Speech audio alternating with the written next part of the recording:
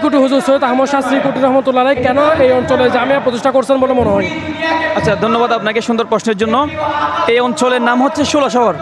তো হুজুর যখন এই অঞ্চলে বাঁশখালীতে প্রথমে এসেছেন তখন হুজুর দরুদ শরীফ পড়েছেন। তো হুজুর যখন দরুদ শরীফ পড়ার জন্য বলেছেন, অনেক মানুষ দরুদ শরীফ পড়ে নাই। তো আমাদের এই চট্টগ্রাম সহ পুরো বাংলাদেশ তখন বাতিল ফারিকাদের একটা প্রাদুর্ভাব ছিল।